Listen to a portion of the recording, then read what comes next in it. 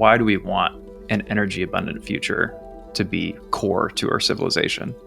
As an engineer, I do still think, we should become more efficient because energy is the input to everything. If you have a low cost, you can do more. The main tool of society today, it's money, and the money is corrupted. How can we start to fix the issues? It's fix the tool that we're using every day that we use to quantify in our energy exchange. Welcome back to Hosting Bitcoin. This is the show where we explore the pioneers, the principles, and paradigm shifts shaping the future of wealth and generational freedom. Today's guest is someone who understands what it means to go from a bare piece of dirt to pure alchemy with energy. Brad Cuddy is an infrastructure builder, operator, adventure seeker, and a bold voice in the Bitcoin mining space, working at Cholla Energy. With a background in oil and gas, energy, and operations management, Brad brings a gritty, grounded, and highly strategic approach to Bitcoin mining in any circumstance. He's not here to just ride hype cycles. He's here to build things that last and advance a mission.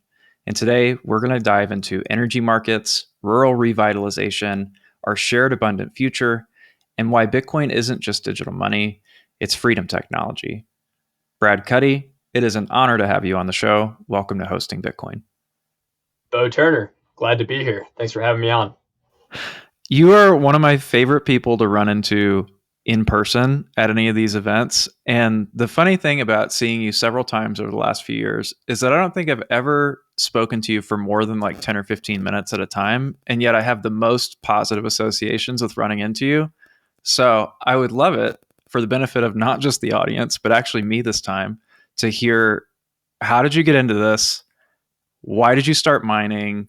What does Bitcoin mean to you? Who are you, Brad Cuddy?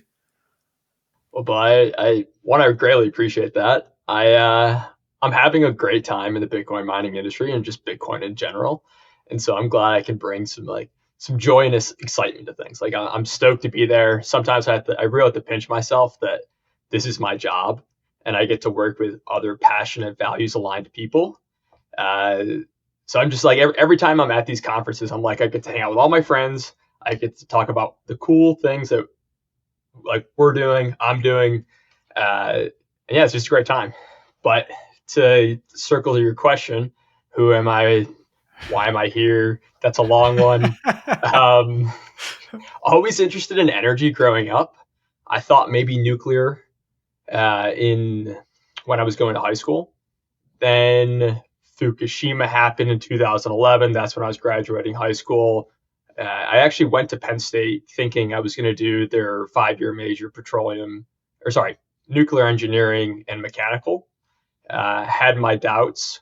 One, because I realized I didn't know how to study. And so, I had a little maybe change of heart or come to Jesus moment of can I actually be an engineer? And two, it was a little bit of uncertainty. Didn't really want to live on a sub for 20 years as a naval nuclear engineer. The outlook wasn't looking too good in the private sector. So I'm how can I change this? And it actually happened with a English 101 research essay that I had to do, and I was talking to my dad. I'm like, Dad, I don't know what to talk about. He goes, have you heard of T. Boone Pickens, the oil and gas magnate, who's turned to wind energy to see if he could take advantage of all this green incentive and this new energy, and long story short, his incentives weren't there, went bust, and then he's like, natural gas is the bridge to our green clean energy future. And it just so happens that Penn State sits on top of the Marcellus and Utica shales, has a petroleum and natural gas engineering program, and still let me in with my 2.8 freshman GPA. So that is how I got into the energy industry. Otherwise, I'd be a energy business and finance major or something like that. So I did my 4-year degree in petroleum engineering. Had a little bit too much fun, a little not enough studying, but managed to land a job with Schlumberger, an oil field service company. There was a summer internship where I was in Dalian, China, and a an associate of the CEO was coming through town. He was also an American dude. And so, we're sitting down at dinner and I'm telling him about, like, I'm a petroleum and natural gas engineer. And he goes, "Oh, you should really work for Schlumberger. They will hire, young guns like you out of school and send them to the far reaches of the world. Like, this is exactly what I want." So studied 4 years, got my way into a Schlumberger offer outside, like, after college. Was going to go to the Republic of Congo in Point Noir on the west coast of Africa. But that's when, like, oil was crashing in 2014. That kind of went away. And then Denmark was the second option. Wasn't too upset about that. It was a pretty cool place to be. 22 years old, living in Denmark. And that was, like, my first real exposure to the energy industry. And what we were doing there was flowing back wells, cleaning them out, making everything more efficient. But my job was a well tester. And it's not there, like, tinkering with, like, little testing devices. It's literally flowing back these wells to prove out the reserves in either older or newly drilled fields. And so when you prove out the reserves, you need to flow the wells at different choke sizes. Is basically how much you're opening them up, and based off of how the pressure responds, how the temperature responds, and then what the response is when you shut it back in, you get to know how much oil and gas there are in the reserves. But to do that, you set up a lot of temporary equipment, and you burn the gas and you burn the oil. And so as an engineer who's thinking about efficiency, I'm like, man, this doesn't seem quite right. And we're talking 2016, 17, 18, and 19 that I'm doing this. And 17, I got into being a Bitcoiner because, once again, offshore, I was talking to a cohort, a guy that was young.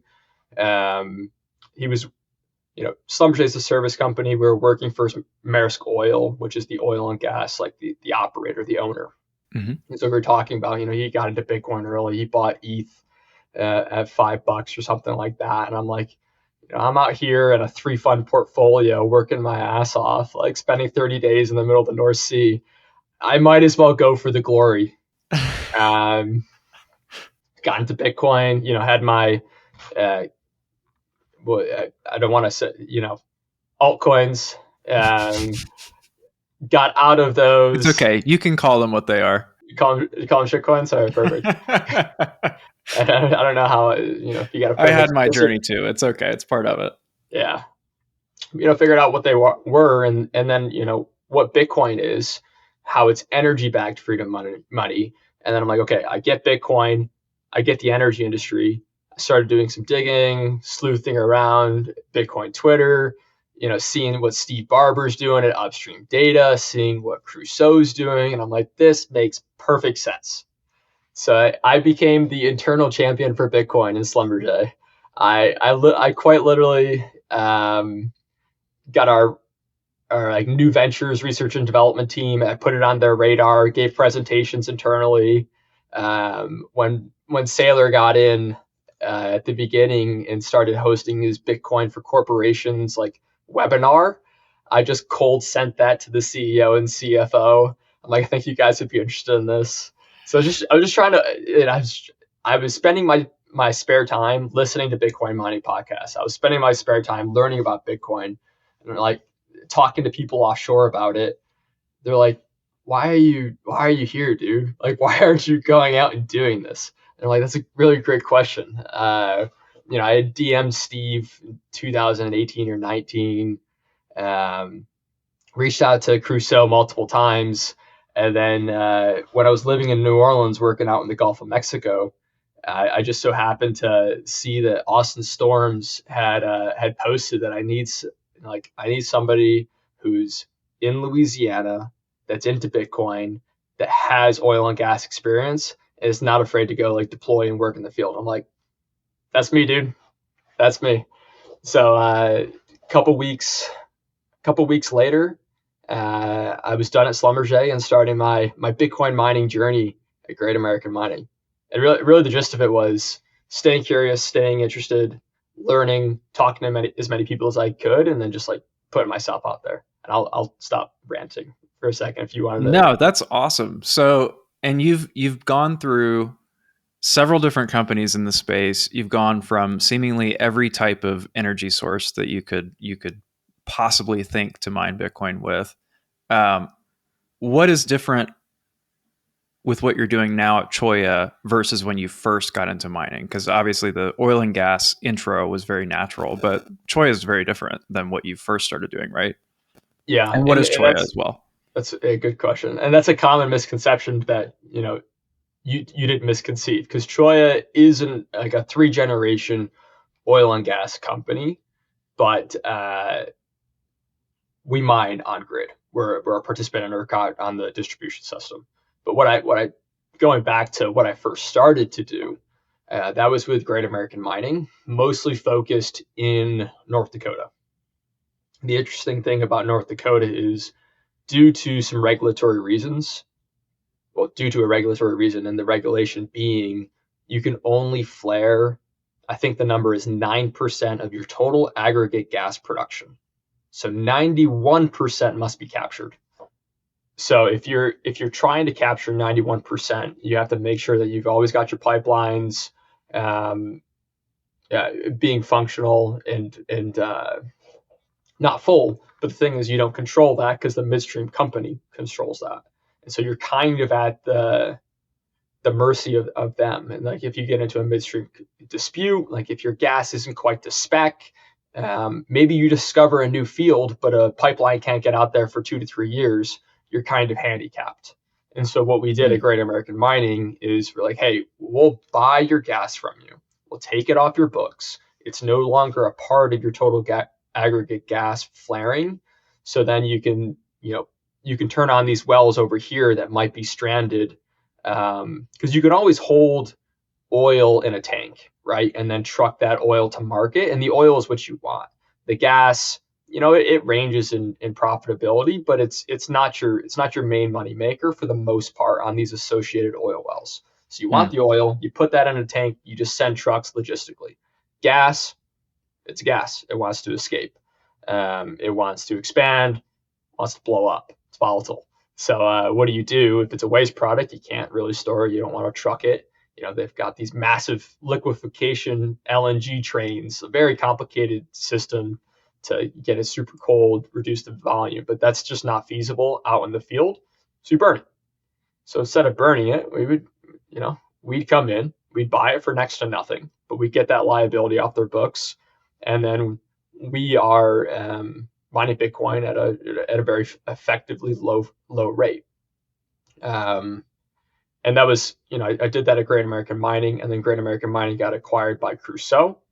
Kind of did the same thing there, helped rationalize the assets, combined everything, and then had the opportunity to come to Cholla.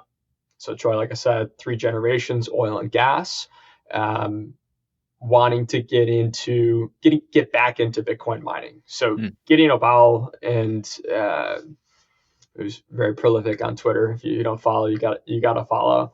And then Jesse Pelton, who's also like getting retweeted by Elon Musk left and right. They kind of Huddle Ranch was their brainchild, and Huddle Ranch was a project in 2018 for a spec built, 100 megawatt substation only for Bitcoin mining, deep in West Texas. And the thesis was, okay, West Texas, a lot of wind, a lot of solar. Solar was just starting to getting ramped up there, but Jesse could see where it was going. And it's like, if you have the ability to curtail and not be on 100% of the time, you can get very cheap power in West Texas. And so that was the whole thing about it. The first flexible load in West Texas was Huddle Ranch. And it's 2025 now. The days of you must have 100% uptime or 99.9% uptime, for the most part, it's over. Like, people understand flexible load, but we're talking about this in like 7 years ago, when Bitcoin mining was just in its infancy. Uh, it was a totally bizarre and abstract concept. So circling back, they exited that successfully. Gideon went back to focusing on oil and gas. And then when China banned Bitcoin, and I can never remember what the year is it 21? It's every year, but 21 was a big one. The big one. Gideon went out and bought like 15,000 acres around the bigger switching stations on the eastern part of Load Zone West in ERCOT, which is Texas's grid. And so the idea with what I was coming in to do was to stand up flexible load on the grid, on the distribution system, and then really, like, we coined it the innovation lab. It was an effort to educate ourselves around, okay, do we like air, do we like hydro, do we like immersion out here, which server manufacturers do we prefer, which firmwares do we prefer, and then also the fact that we had so much different variety there. We wanted to use it as like an educational piece and as a showcase, kind of demystifying Bitcoin mining. We have an open door policy. Like, Zach Ness, the guy that works out at the site for the longest now, or at least he's always there. He's probably given a tour to 300 people at this point. Like, and we are the most well known 4 megawatt Bitcoin mine in existence. In existence. So many folks have walked through there. But I think that really what it came down to is the directive from Gideon is that we want to align with values aligned folks. We're willing to take on technology risk because we're so small and it's really not going to affect anything. And we can be that first mover in order to accelerate the future that we want to see. Right. So we bought Steve's very first 900 kW hash huts, like his larger installations. Took it right off the floor in Empower and sent it to our site. We bought Giga's very first integrated hydro skid. So we've got 100 watts miner M53S's out there running on that integrated 45-foot shipping container skid. And then for our immersion system, we bought the very first WhatsMiner version of Hayden Immersion's system, lesser known outfit out of Tulsa. So just trying to support the people that we want to support and like give them a platform for, hey, like, you want to go see our stuff in operation, like operationally, these guys are out there, they'll walk you through it, they'll give you your honest feedback. It's good for us, right? Because they want to support us and make sure everything's running well, because there's a ton of people walking through the site, and then it gives them the opportunity to be like, okay, like, I heard you guys got the first Giga. What did you learn? What would you change? And like all this type of stuff. So it's been really fulfilling. We're never going to be the biggest miner. We're never going to be the mega mines, but we're having fun doing it and trying to make an impact where we can. So many things that we could unpack there. I'll try to take it piece by piece, but like, I want to highlight, it's very cool to be able to innovate, and it's very easy to innovate when you're dealing with a smaller scale, right? It's so much harder to like turn a cruise ship and do evasive maneuvers when you've got a ton of weight, and it just makes it that much easier to like do R&D. And very similar to the way that we treat our very first site, is that's the site everybody comes to visit here in Oregon. It was not where we nailed everything perfectly, but it's the one that we show off the most, and it's got the most like variety and quirks that you can talk about. And it's just so cool to get to share that. And that's part of the joy of getting to do something like this, is to share like the nitty gritty of how something like this works. Because especially when people are first getting introduced to Bitcoin, it's like, okay, some code is running somewhere and there's this thing that I can't see, feel, or have any real interaction with. And you're telling me that it's worth more than $2 trillion now, like, get real. But once they see a site and they understand, like, oh, there's the infrastructure the size of entire towns, cities, small small metropolitan areas running to secure this network all over the place. It's a very different experience for people, and just so cool. I mean, my personal experience was like Bitcoin was a very different thing for me before I had ever set foot on a mining site, and after that, it was game over. It was all in from that point, and it's from having that chance to see how it mechanically works in the real world. I think it's super important, especially with those folks like out in West Texas where we're working. We're very used to oil and gas and farming and ranching, to be able to walk to a site, to see the servers running, to be able to tangibly touch what's creating magic internet money, even though you might not understand every single step in between. At least knowing that it's that concrete and steel on the ground is real dollars spent. These buildings, this infrastructure, these electricians that we're paying, the plumbers that we're paying, the power poles that we're putting out. This is real money spent. So like, it doesn't just materialize out of nothing. And so if you're paying for something, you obviously must be making money. You obviously must be providing a valuable good, because you're able to sell it. And so I think it helps kind of to shift the perception a little bit. Mm-hmm. Like we had development board members, we had educators, we had students. There was a group of like 200 people that showed up to our site in two massive coach buses. A couple of I think it was 2 months ago. It was centered around one of the Flywheel initiatives that we were having, that was happening right out there in Snyder, Texas. But to kick off the day, they did a CHOA Innovation Lab site tour. And so you had the mayors of Snyder, Texas, small like 5,000, 10,000 person town, to somebody who's telling me like, oh, my son would love to be here. Like, can he come next weekend? I'm like, yeah, sure, come on, let's go. Everyone's got to learn about this. Everyone can come see. So there's a couple things that you mentioned just then. One is the Texas flywheel, which I'd love for you to highlight. And I think it ties into, you said Cholla is not going to be a mega miner. They're not trying to be the biggest. And you also went from oil and gas to on-grid wind. So there's a lot of decisions in there. Why wind? Why not being the biggest? And what's the Texas flywheel? Why does that matter? Okay, help me remember all of those. But why wind? Why not the biggest? And flywheel? And I'll just start with flywheel. So the flywheel is kind of permissionless, decentralized movement, just like Bitcoin. A couple of folks got together.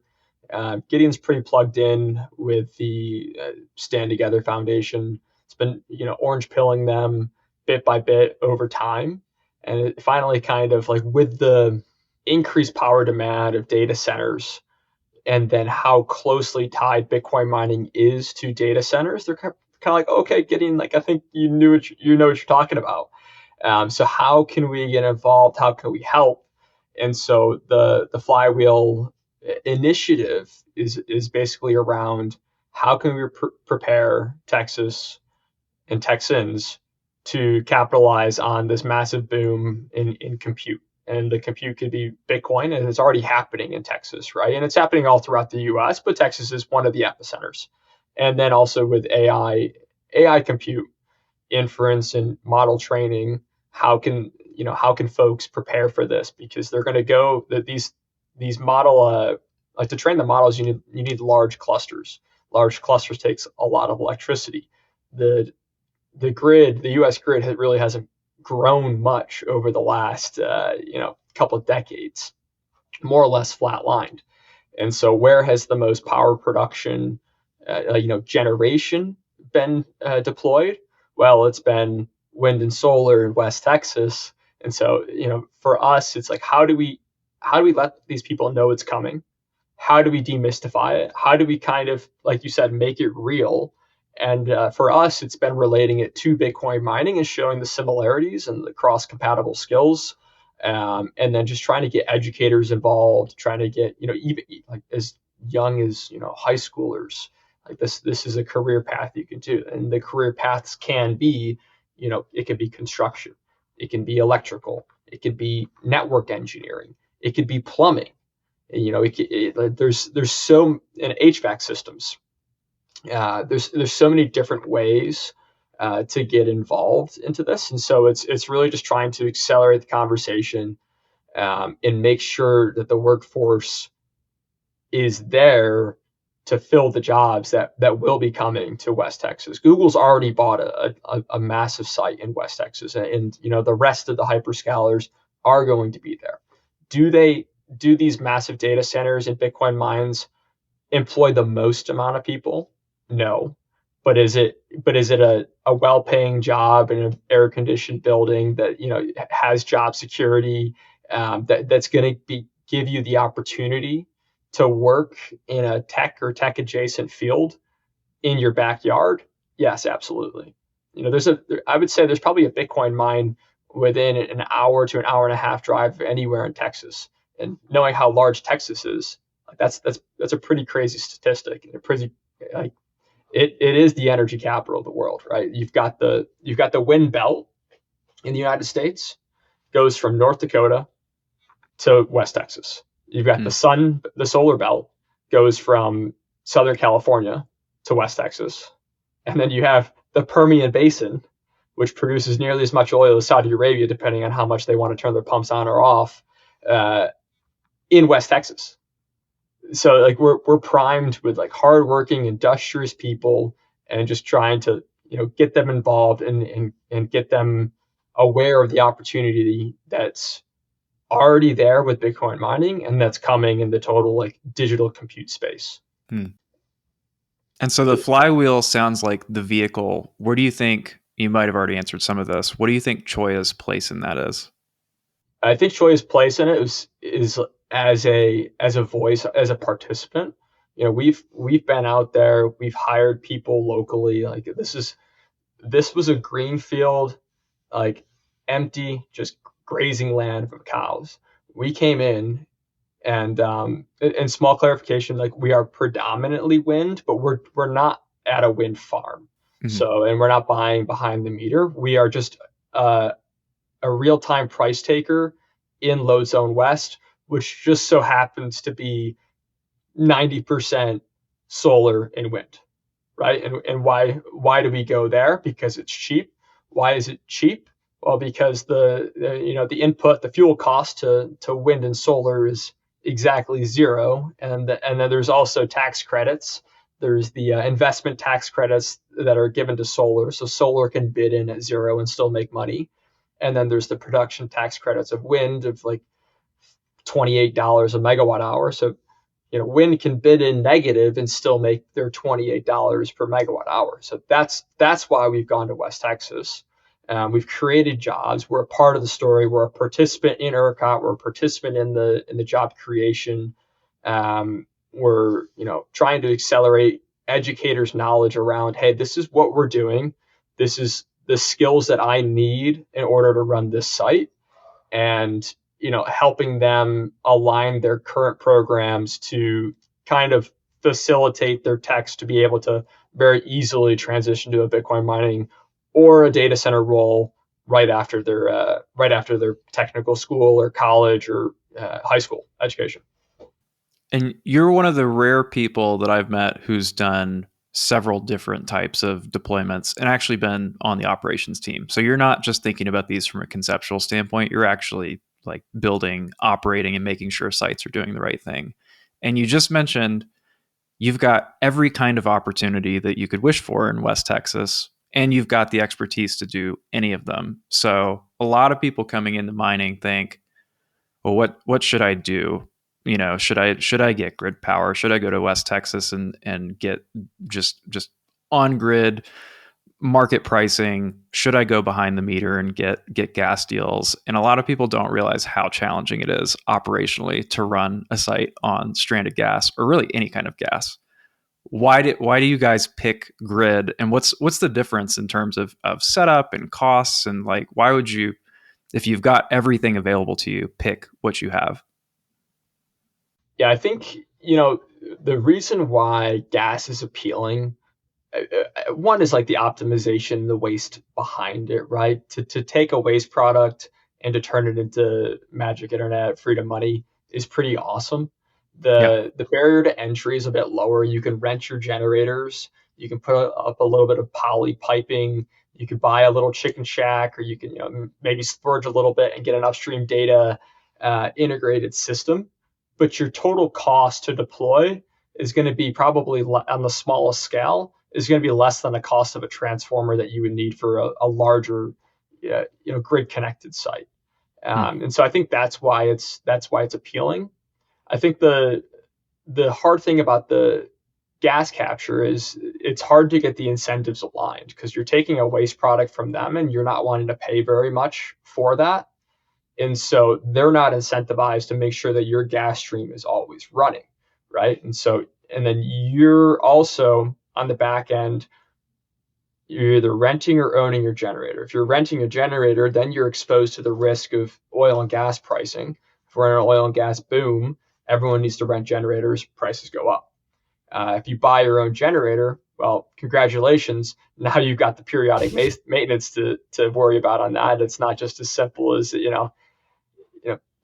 spraying some WD-40 on something. Like there's actual engine maintenance that needs to be done. And then if you contract that out, you need to pay for that, obviously. And so, my suggestion for anybody looking to get into off-grid flare gas mining is make sure that the incentives are aligned, and ideally in some type of JV structure. Like have the operator that's selling you the gas have some skin in the game, so they don't want the Bitcoin mine to go down either, because that's their operating revenue too. They got to care is really what it comes down to. And if they don't care, then there could be times where, for example, the well goes down and it's low on their priorities of workovers because it's not producing a lot of oil. It's just super gassy. You're there because it's super gassy, but they care about the oil. They don't care about the 10 cents you're paying per MCF because it's a rounding error. It probably goes into their petty cash. And so it's just not high on their list. And they're like, congratulations, there's 2 months of downtime type of deal. So there's just a lot of moving parts to it. The nice thing is, like I said, low barrier to entry. If you know somebody, it's a small oil and gas operator, and you can do a handshake deal, you could deploy in a couple of weeks. And I hate to say it now in 2025, like these large grid connected sites, a lot more capital is required. The juice has kind of already been squeezed. There's still some left on the. So I don't think there's any really low hanging fruit. I think you really kind of have to know what you're doing when you're applying for these interconnects to actually get them done and get them through. And you've got people with many years of experience ahead of you trying to do the same thing. So I think my whole general opinion is you got to find a place where it really makes sense. Like the heat punks and what they're doing on replacing propane backups in up in the mountains of Colorado, where they're quite literally heating their houses with propane. You'll always make money by mining Bitcoin there. Is it small? Is it hard to scale? Yeah, it's small and hard to scale, and it's a logistical nightmare. But is it actually doing something? Are you able to double spend your heat and make it a profitable endeavor? Yeah, for sure. That doesn't work everywhere. But there's stranded energy all around the world. What Gridless is doing is amazing over in Africa, monetizing stranded hydro. What BitDeer and Bhutan have done together, I think that is probably one of the coolest Bitcoin stories in existence. They have, I don't even remember. They have like 12,000 or something like that Bitcoin on Bhutan's official balance sheet, just because they inked a deal with BitDeer 2017, 18, 19 to do some type of revenue share paid out in Bitcoin. And now they're one of the richest sovereigns on a Bitcoin denominated basis, as a little tiny country that was stranded, where their electricity was not able to be monetized, or because it was stranded, Pakistan or whoever was buying from it was offering a very low price because they had no other option. And so, this is where Bitcoin mining is going. The mega mines, the one gigawatt Riot Corsicana site, I would be super surprised if they don't get acquired by an AI hyperscaler, because the capacity is drying up, and the grid is a very complicated machine, and these folks that are running this complicated machine haven't seen anything like this load growth in 100 years. And so we're trying to completely re-architect the grid on like a generation basis with all this wind and solar. Look at what happened with Spain and like big blackouts and everything like that. A lot of it's due to, well, I won't get too technical. I feel like I'm going every which way here, but a lot's changing on the grid, even on just like a generation mix side. And then when you add the load growth to it, they're like, this is blowing my mind. How are we going to be able to serve this load? And so big red button has pretty much been pushed everywhere for new load interconnections, and it's going to dry up. There are no other industries that have like a gigawatt worth of load interconnect, and that could realistically be like, yeah, we'll give it to you and we'll just move somewhere else. Bitcoin miners can actually do that. We're location agnostic. Like a gigawatt worth of machines could be sold and moved anywhere else in the world, and somebody will take it. So long way to answer your very simple question, but it really needs to be something innovative, and it's got to make sense. There's like the days of just plugging in anywhere at your 7-8 cents fixed rate, kind of hard for me to conceptualize as like hash rate or hash price continues to trend towards zero. Of course, like it's because efficiency's getting better, but also look at the network hash rate. You've got Saudi, Oman, and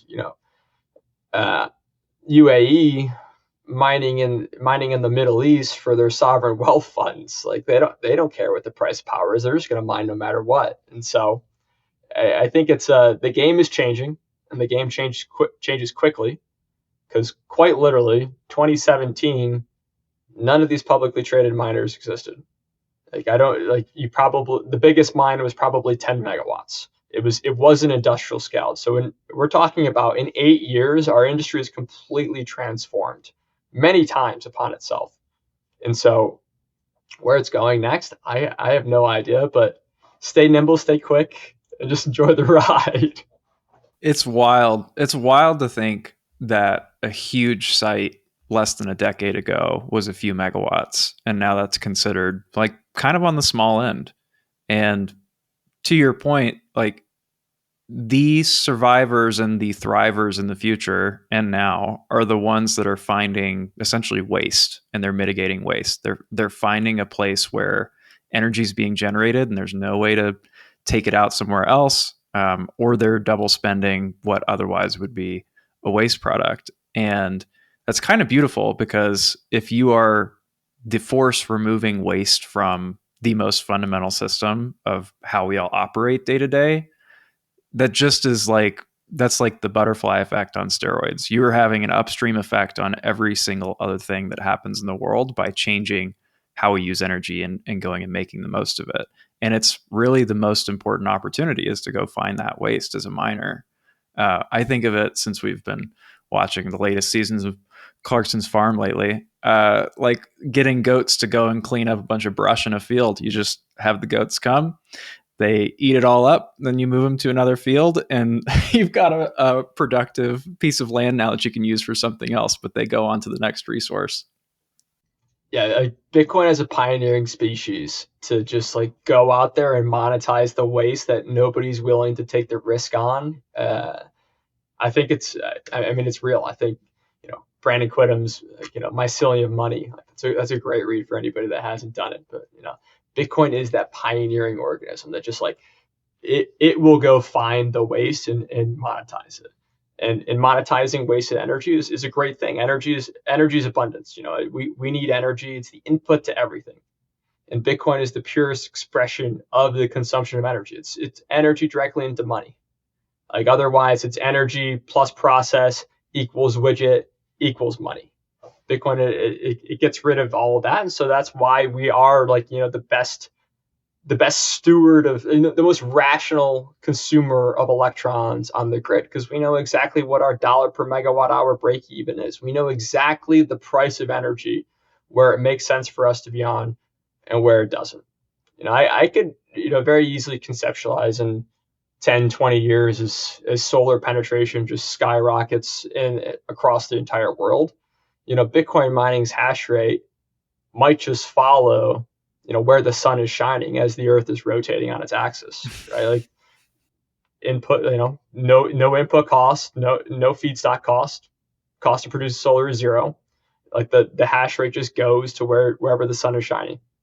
So like there's a lot of security budget conversations around low fee environments and trending, the block subsidy trending down.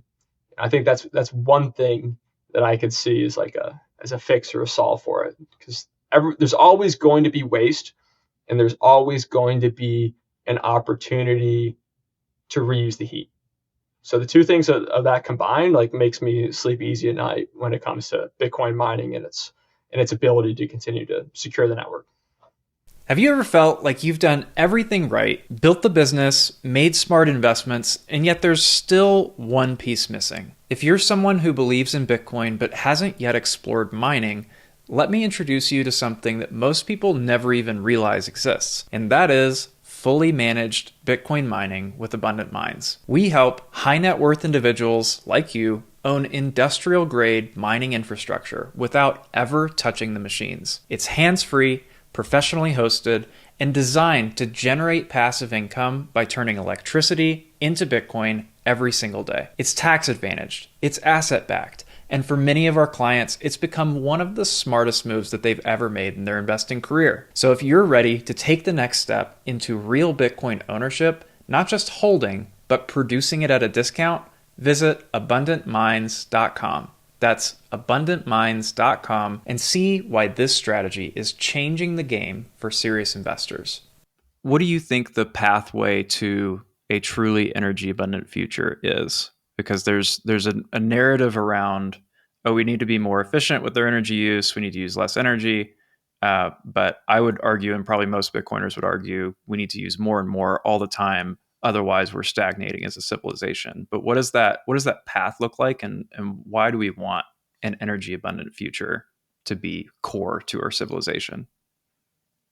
Yeah, I think all the Bitcoiners have seen that graph of GDP versus energy use, and it's kind of it's a direct correlation. The more energy you use, typically the higher your GDP is, because energy is the input to everything.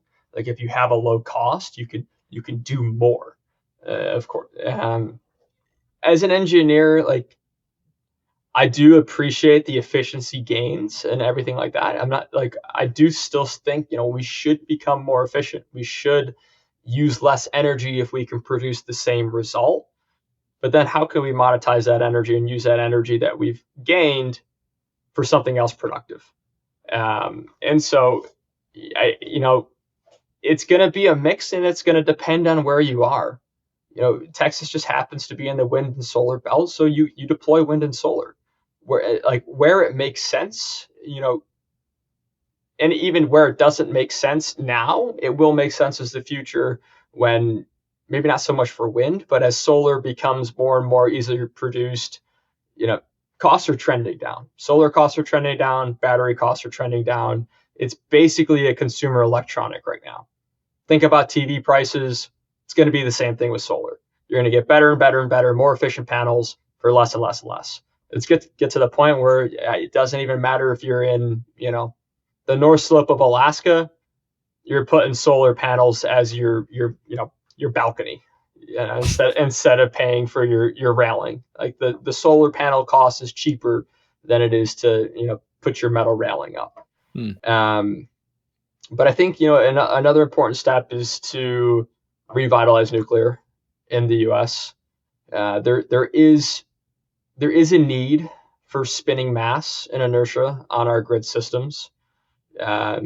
Quick, grid 101 for the viewers that don't know.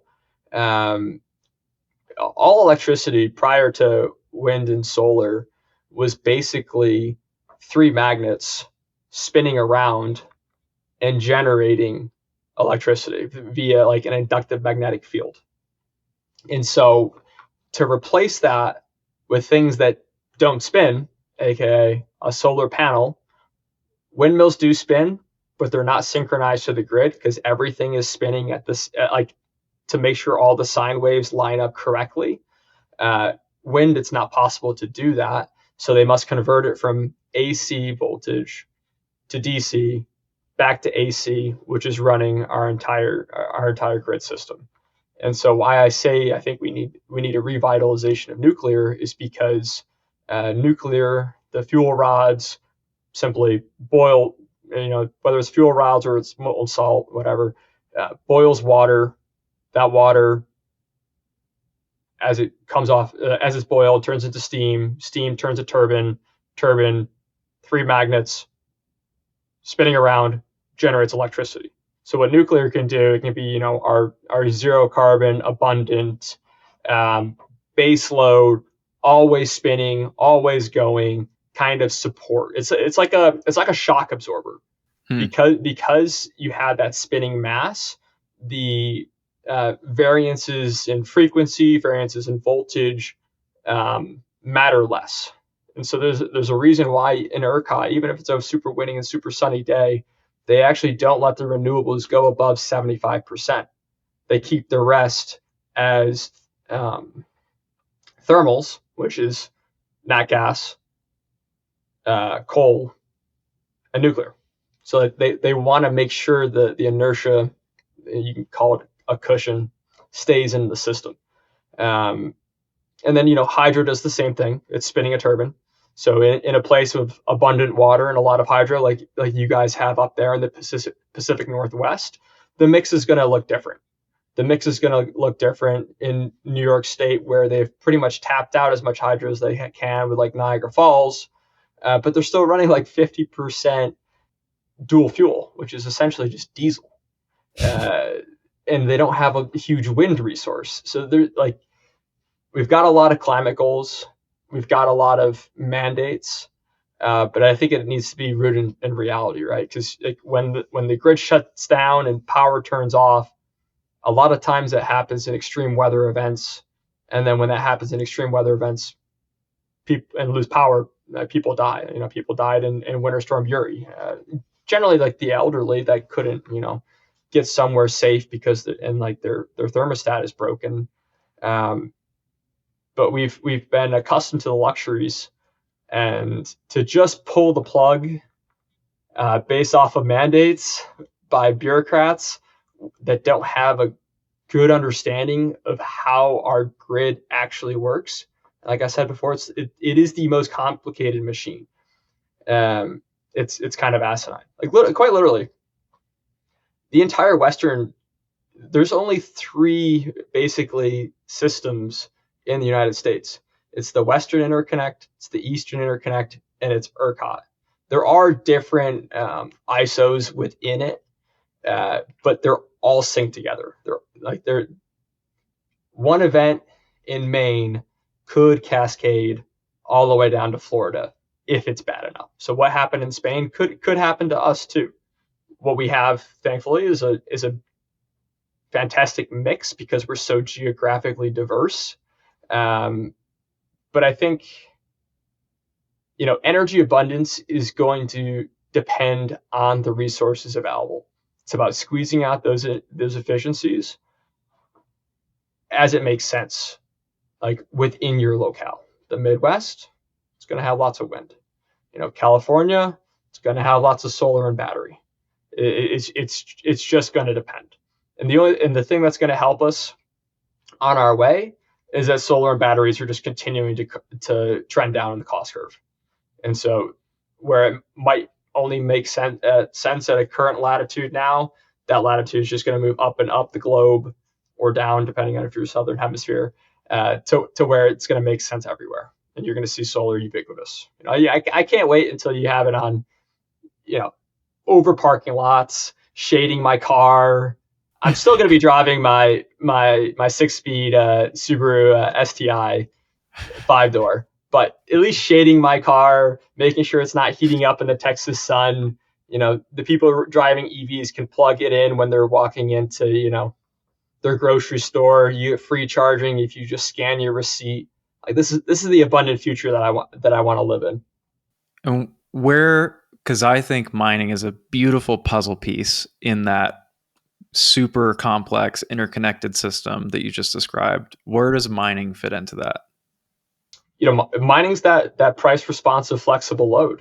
As renewables are increasing and driving down prices, that miners are that buyer that's always willing to turn on as prices decrease to their break even.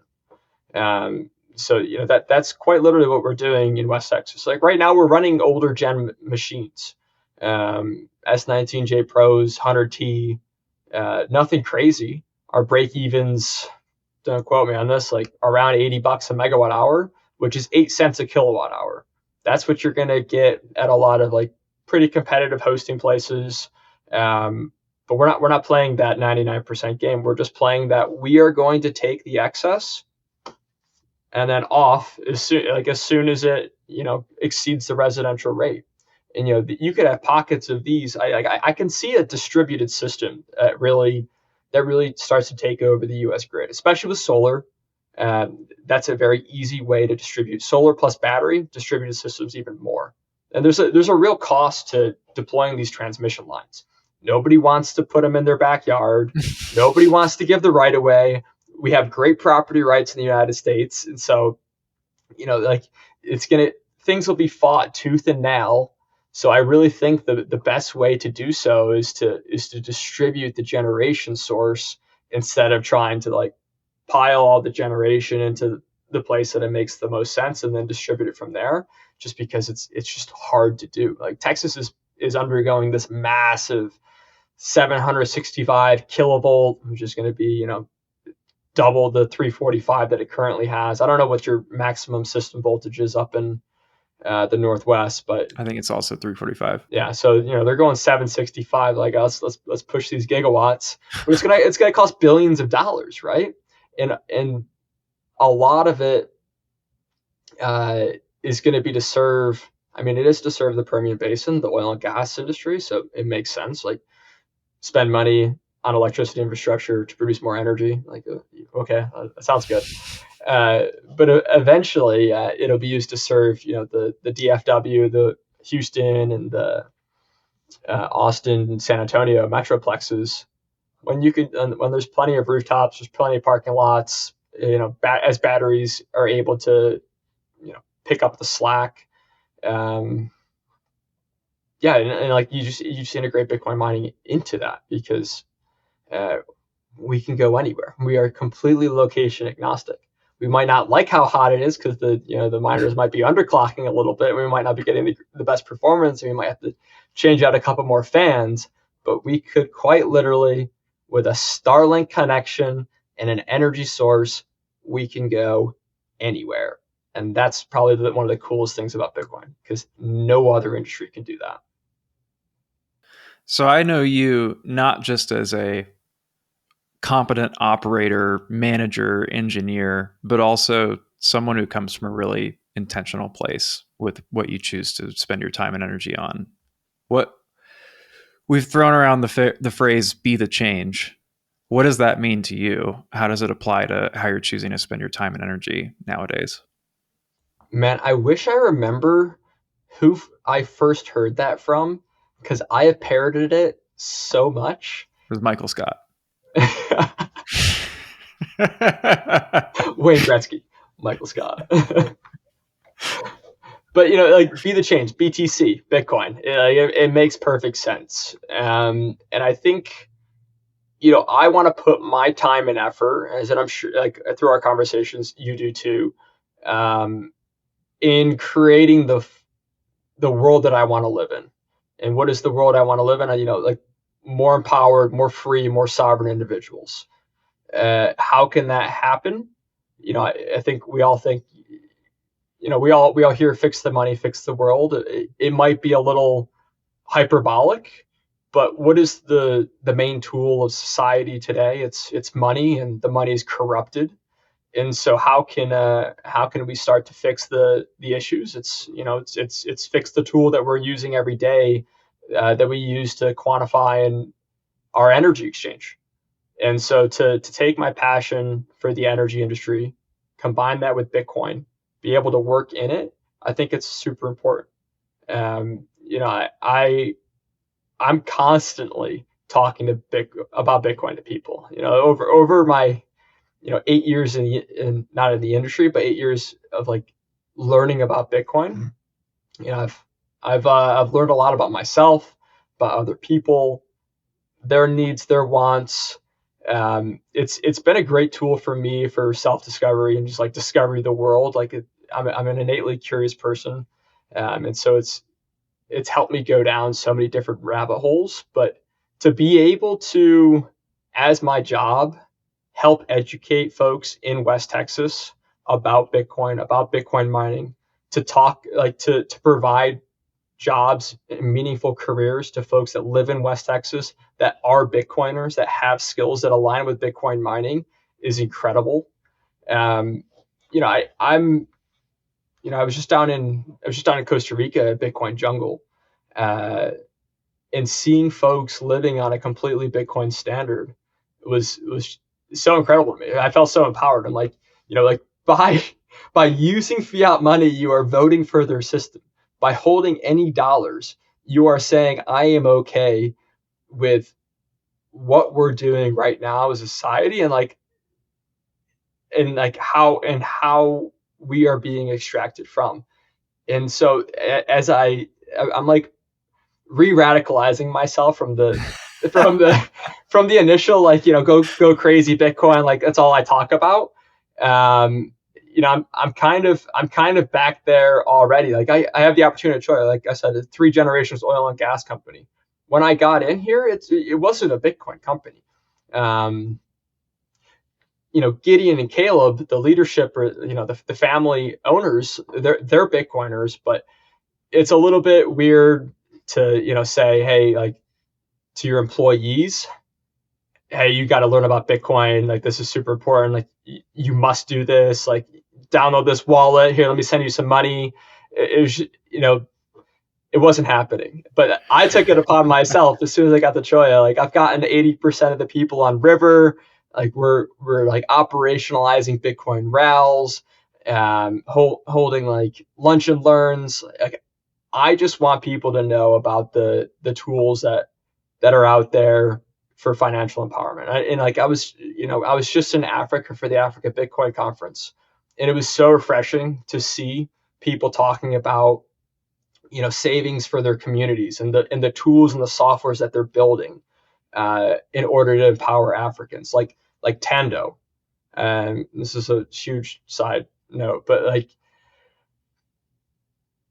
in Kenya, in Tanzania, and a lot of these other East African countries, a lot of them are unbanked. Like they never had a bank account, so they're cell phone companies. The Verizons, the AT&Ts of Africa. They created these mobile minutes that were interchangeable. They're called M-Pesa for shillings. Great, fine. They've got mobile money, but this mobile money also happens to be tied to governments and regimes that are significantly less stable than the United States. So they experience a lot of inflation, blah, blah, blah, blah, blah. And so that these people are out there like talking about, hey, like this is Bitcoin. This is why it's important. They're already so familiar with mobile money. Like I was there and I was asking, folks that were like at a coffee shop, I'm like, hey, can I tip you in Bitcoin? They're like, how do you do that? I'm like, just download this app. They're like, sure, no problem. Send them $5 in Bitcoin, and like they're like, how do I use it? Like never got asked. Like they're like, okay, this is very cool. Like it was just innately to it. Like, they were just innately ready for mobile money, and it was just, I think that being the change is just being a participant in any way that you can. It's spreading your sats. It's talking about Bitcoin. It's aligning your career with your passion, and it can maybe it's not even Bitcoin, right? It can be anything you're passionate about. The world is big, and it might feel like insurmountable to go actually affect some change. But I think that's like, and that's one thing I really thank Gideon for. If you have something that you want to go do, and you have a drive and you have a purpose behind it, you can go do it. Nick Carter is like, you can just go do things. You can just go train for a boxing fight. Like, just go do it. If you feel called to go do something, do it. And if you're not feeling called, stay curious, stay open minded, and then when that thing is calling to you, like, go execute upon it. And like I saw your post the other day about you and your wife had a bad experience on a deal, lost some money, and like, hey, like, I want to be the change. I want to. I'm speaking for you. I should just let you speak. But keep going. I want to create the company that I wish I was interacting with when I was trying to set up my Bitcoin miners. And so like you're living proof of it too, right? Like you saw a problem, you're like, I can do a better job of this. It happens to be in the Bitcoin mining industry, but like this goes throughout the entire world. A lot of people just sitting back and letting things happen. The world is changed by folks that are like, I can go do this, and I'm going to do this because it matters to me and it matters to the world.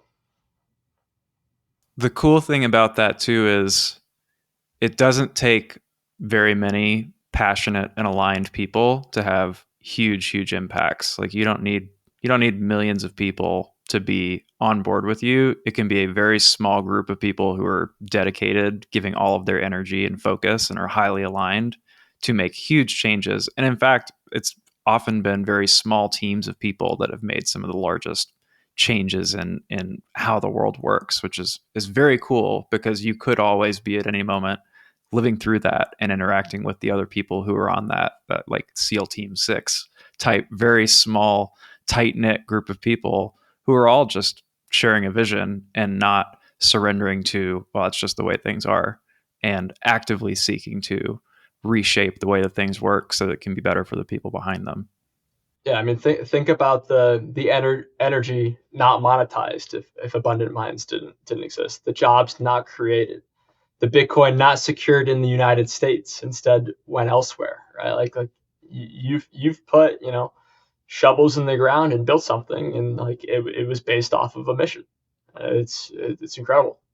I think the coolest thing that I wasn't expecting too was, I figured when we started the business that it would be a bunch of people like me who were already very much into Bitcoin, and mining was just the next step, or maybe they had already been mining and were just looking for something easier. And one of the most rewarding parts of it is that we're often helping people set up their first wallet. And they're like, I'm ready to learn about this now, and mining is my first step, which is not on my personal bingo card for the company, that we would be like an orange pilling vehicle and getting people some of their first educational resources. So that's been extremely rewarding and totally unexpected. Man, I would love to have some commercial reason to continue having touch points with folks, because I'll get them into Bitcoin. I'm like, guys, ask me any questions. I've been here. I've done this. Like, I've got 8 years. Like, any question that you have, I could probably answer off the cuff or look it up pretty easily. And a couple folks have like got into this, and I don't know. I've probably hardcore orange pilled at least 50 people at this point. I was relentless, and the best part was like being offshore. Like you're stuck on a rig. You're not going anywhere. I got you, dude. Like you and me, we're talking about Bitcoin for the whole 30 days.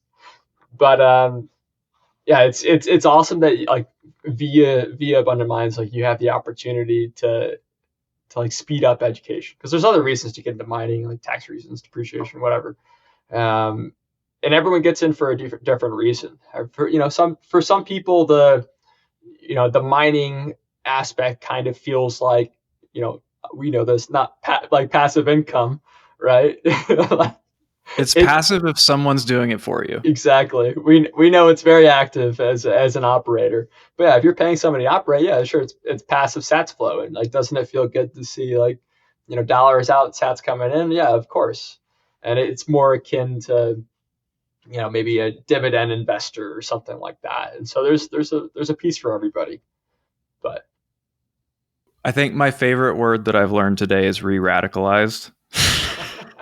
And I would love to know for you, there's ebbs and flows in how passionate you are and how well you show up on a day-to-day basis. Some days are harder than others.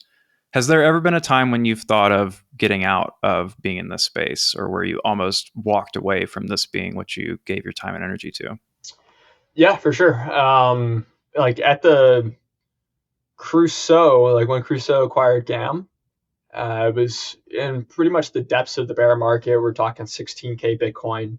After I helped rationalize the assets, the board of Crusoe was like, okay, we need to cut some heads. And it just so happened that I was only a couple months into the company, hadn't really got my foot in the door like completely. I was only in Denver for a month, and I was one of the heads to roll. And so I Mm. remember talking to Todd, who's the CEO of GAM. I'm like, man, like, should I just go back to the oil field? I know it's always probably going to be there. I could go travel internationally again. Um, you know, it was a fun job. I was kind of fulfilled, and I had a lot of freedoms. He goes, okay, good point, but like, why do you care about Bitcoin? And I rattled off all the reasons that I spoke about here on this podcast, and he goes, well, sounds like your passion's in Bitcoin. It sounds like from my experience, the more passion you have behind something, the better somebody does. So I'm not going to tell you what to do, but just take that. I'm like, you're right. Like, why would I, after trying so hard to enter the industry, why would I give up on it now? So I had that moment of like, yeah, I don't know. And, I'm not going to say that I'll always be in the Bitcoin mining industry, uh, but right now it's still filling my cup. And if it's not Bitcoin mining, it's going to be something to do with Bitcoin, because I truly feel like it is humanity's most important invention in the last century, maybe of all time. And until I can operate on a complete Bitcoin standard and we've reached hyper Bitcoinization, my work is not done. I love that. If you were going to call your book a life, or excuse me, if you're going to call your life a book, what's the title of the chapter that you're in right now? Oh God, I feel like I'm still in my discovery phase. So just I feel like I've operated my life kind of in a lazy river sense, but these lazy rivers have forks. So I'm letting life kind of take me where it wants to go. Doing my best along the way, like, and then when presented with an opportunity, to jump on it. I set my mind to something, and for whatever reason, things have worked out. Like in sophomore year of college, I'm like, I want to go work for Schlumberger internationally. I got the job with Schlumberger internationally. When I was at international, I'm like, I want to go back to the U.S. Uh, I got to go back to the U.S. and I got to cross train into downhole tools and shoot explosives in the Gulf of Mexico. Uh, Very not common to be able to switch segments. And then I'm like, okay, I think it's time for me to get into Bitcoin mining. Made the decision, got into Bitcoin mining. And so it's, I think my curiosity, my desire to learn about things that interest me have kind of just like brought me on these paths and given me opportunity to make the choice and how to architect my life. But if I'm being honest, I really don't know where my life's going. I don't know what it's going to be. Like, I could see very very different 10-year pictures. Do I want something more than another? Yes, but I can't be attached to the outcome, because if I'm too attached to the outcome, then I'm fighting against the current, and I kind of just have to like let it go and see what happens. So, holding that in mind, And knowing that the answer to this might be completely different, what do you hope people remember about your contribution, your impact, say 20 years from now? Oh God, I really don't think I've done all that much, but I hope I was because of how important Bitcoin is. I hope I was everyone's first, second, third, or final touch on Bitcoin. Like, hey, this guy's a little crazy, but he seems to know what he's talking about, so maybe I should pay attention. Like, I think in maybe in a greater sense, I think energy abundance is probably my North Star now. Like, how can we? Because there's people in the world that still don't have electricity, right? So how can I use my platform, my career, my knowledge, and my skill sets to empower people that don't have power? Like, how do we bring abundance around the world? That's a beautiful answer. Well, Brad, I'm just grateful to know you. I think you're a super cool guy, and it feels a little bit like getting to know the guys in the PayPal mafia before they went and did all of the rest of the things that they later founded after exiting PayPal. That super group of 16 or 17 people who each went on to do their own extremely impactful thing to just the nature of commerce. And just grateful to know you and appreciate you sharing some time with me and sharing some time with the audience. If you would, any final thoughts before we sign off, and let people know where they can find you, where they can connect with you, and anything you're working on that you want people to stay aware of? Sure. Super grateful to know you too, Bo. Huge praise on the PayPal mafia. It's a high bar to achieve. Yeah, I'm really stoked to be in the industry every day. Like I said it before, I pinch myself. Like, this is my job. This is what I get to do. And I hope everyone finds that in their life, because it's brought me great joy, and I've made great friends along the way. Where to find me? LinkedIn, Brad Cuddy. Got a pirate flag in my name. Just copying the boss man Gideon.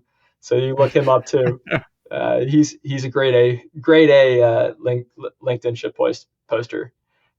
Twitter, X, I'm like @ Brad Cuddy _ I changed my name too many times. They wouldn't let me go back. So now I rugged myself. And then, yeah, I think, you just Google the Texas Flywheel.